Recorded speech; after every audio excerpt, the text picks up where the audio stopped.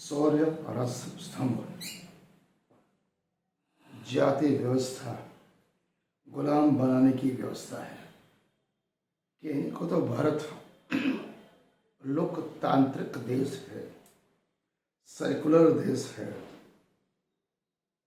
आज़ाद है।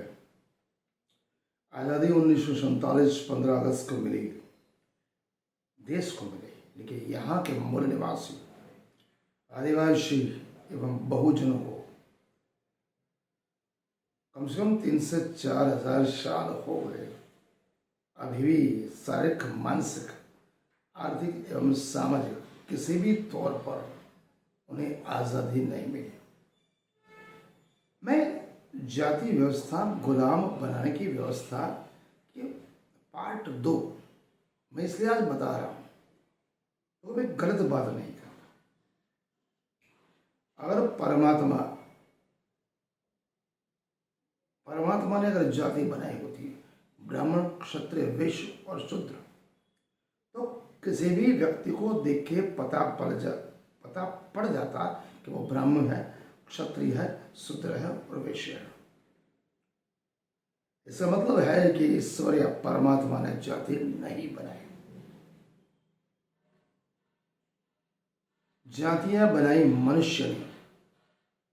कथित तौर अपने आप को आर्य, वैदिक एवं सनातनी कहने वाले अल्पजन, जो केवल 5 से 10% भारत में है, विदेश से आए हुए हैं, यूरेशिया से आए हुए हैं, आक्रमणकारी, लुटमार, चोर और लुटारे।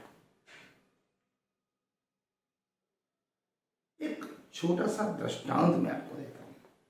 अगर जाति के भ्रमजाल में पड़े रहने के कारण ही ये सब कुछ विसंगतता हो रही है। यदि परमात्मा ने जाति व्यवस्था बनाई होती तो व्यक्ति को देखते ही उसका पता चल जाता है। मैं बोलता हूं, जाति पूछने की जरूरत क्या है? आप ब्राह्मण हो, कौन से कास्ट से हो, कहां से हो, वैश्य हो, शूद्र हो, क्षत्रिय हो, पहले सरनेम पूछेंगे, फिर गोत्र पूछेंगे, फिर शिखा पूछेंगे, फिर ऋषि पूछेंगे। ये क्या परंपरा? ये नहीं पूछेंगे आप मनुष्य बने कि नहीं बने, मनुष्य हो कि नहीं। मनुष्य तो उसको दिख रहा है।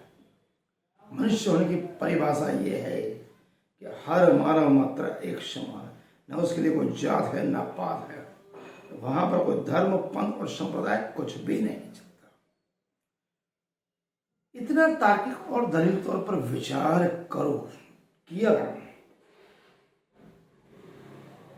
जाति पूछने की जरूरत किसे होती है? जिसके मन में ईर्षा, द्वेष, तृष्णा, कट्टरता होती, कुछ शंका कुशंकाएं होती, कुछ डर होता है।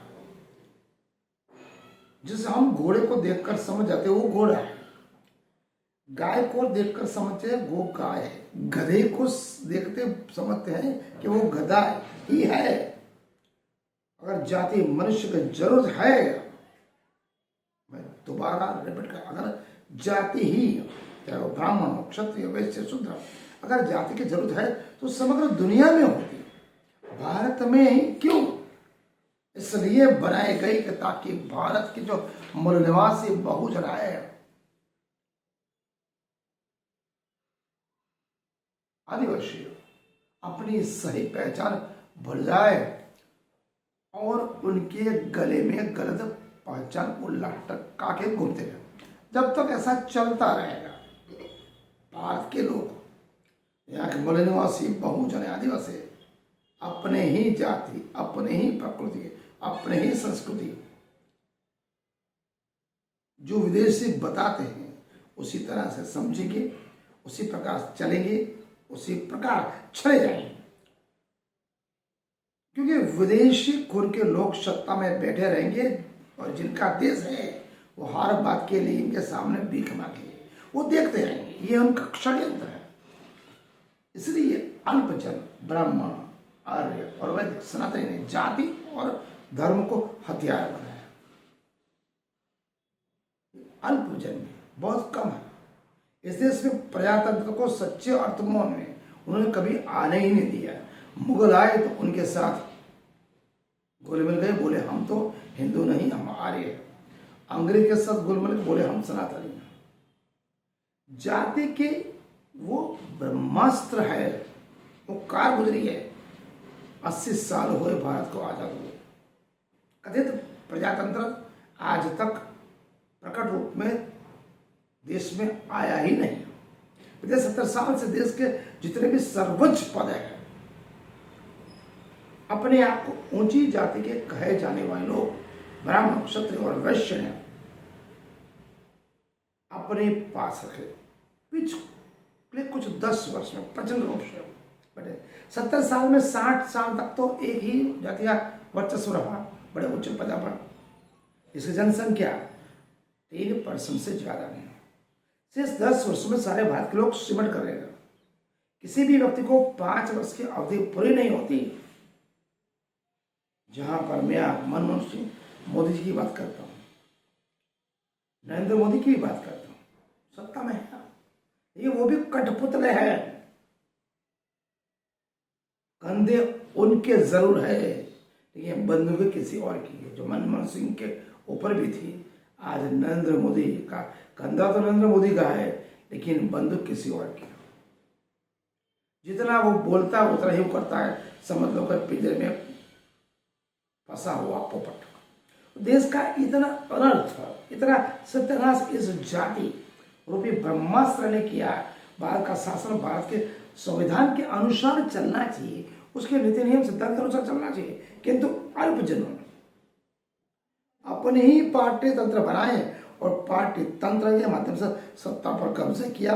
कभी थे इनकी आस्था कभी भारत के संविधान के प्रति ब्राह्मण, क्षत्रिय और वैश्य की रही ही नहीं। उनका विधान केवल एक है, मनु का विधान। वो मनुस्मृति को मानते हैं, मनु के विधान को मानते हैं। मैं गलत बात नहीं कहता, डंक के चोट पे कह रहा हूं। इसका सबूत है राजस्थान का उच्च न्यायालय जयपुर पीठ के प्रांगण में खड़ा मानवता के शत्रु, परम शत्रु मनु का पुतला। ये सत्ता में बैठे लोगों की आंखों में खटकता क्यों नहीं? क्योंकि वो सब ब्राह्मण है, उच्च ज्ञाति है। जाने अनजाने वो कहते हैं संविधान को हम नहीं मानते, हम मनु को मानते हैं। क्योंकि इस अन्याय के प्रतीक को न्यायालय के सामने कैसे खड़ा कर दिया? आज की बात नहीं, कितने साल में। इतने से आप समझ जाते हो संविधान बनाया डॉक्टर बाबा साहब आम्बेडकर ने, लेकिन ये कथित 70 साल से उच्च पद में बैठे अपने नस्लें डाल रहे हैं और यहाँ के बहुजन आदिवासी मूल निवासी को ज्यों का त्यों रखना चाहते हैं। उनको पता है अगर इन्होंने शिक्षा ले ली तो हमारे सामने खड़े हो जाएंगे, आवाज उठाएंगे, धरना करेंगे, हमारी परीक्षा लेंगे। इसलिए वो शिक्षा देना नहीं चाहते, वो रोजगार देना नहीं चाहते, स्वास्थ्य इसलिए नहीं देना चाहते, तंदुरुस्त रहेंगे तो सामने आएंगे। वो शिक्षा, स्वास्थ्य, आर्थिक शुद्धता, सामाजिक विटंबना, हजारों करोड़ों देवी देवता में उन्होंने बांट दिया। हम लोग दलित, पिछड़ा, आदिवासी जैसे ही पैदा होता है वैसे तो खाने का कुछ होता नहीं, न शिक्षा होती न स्वास्थ्य होता है, वैसे ही पिछड़ा होता है शारीरिक तौर पर, मानसिक तौर पर, आर्थिक और सामाजिक। उसे मिल जाए घर से निकला, न खाने का ठिकाना, न पीने का, न रहने का, न वो बुनियादी सुविधा है, न पूर्वजों को मिली न उनके नस्लों को मिल रही। जैसे बाहर निकला बड़े गुरु के सामने नम्र को प्रणाम करो। हजारों करोड़ों देवी देवता है, ये तुम्हारे देवी देवता सब अलग अलग चेहरे वाले, डरे जाए। काल भैरव, माँ चामुंडा, माँ काली, अगर दिन में दिख जाए तो डर लगता है। क्या कोई काली है? देवी ऐसी होती है क्या? देवी के नाम पर डराते हैं, धर्म के नाम पर डराते हैं, पूजा पाठ के नाम पर डराते हैं, संस्कार के नाम से डराते हैं, स्वर्ग से नाम के डराते हैं, नक्श से डराते हैं। क्यों डर रहा? जो कोई धर्म, पंथ और संप्रदाय है तो उनको मंदिर में जाने से रोके, अपनी बुनियादी सुविधा लेने से रोके, शिक्षा और स्वास्थ्य से रोके, सामाजिक समानता के से रोके, मानवता के अभिगम को रोके। उस धर्म, पंथ, संप्रदाय को छोड़ दो। कहीं स्वर्ग मिलने वाला नहीं, कहीं नरक मिलने वाला, सब कुछ यहीं पर है। अपने को बच्चे के पढ़ाओ लिखाओ, अंग्रेजी मैं ही पढ़ा हूँ। अंग्रेजी वो हथियार है, पूरी दुनिया में आप किसी भी के सामने खड़े हो सकते हो। अगर नहीं पढ़े लिखे तो वही भीख मांगोगे, वो दिन वापस आने वाले। आज का अध्याय थोड़ा कड़वा है।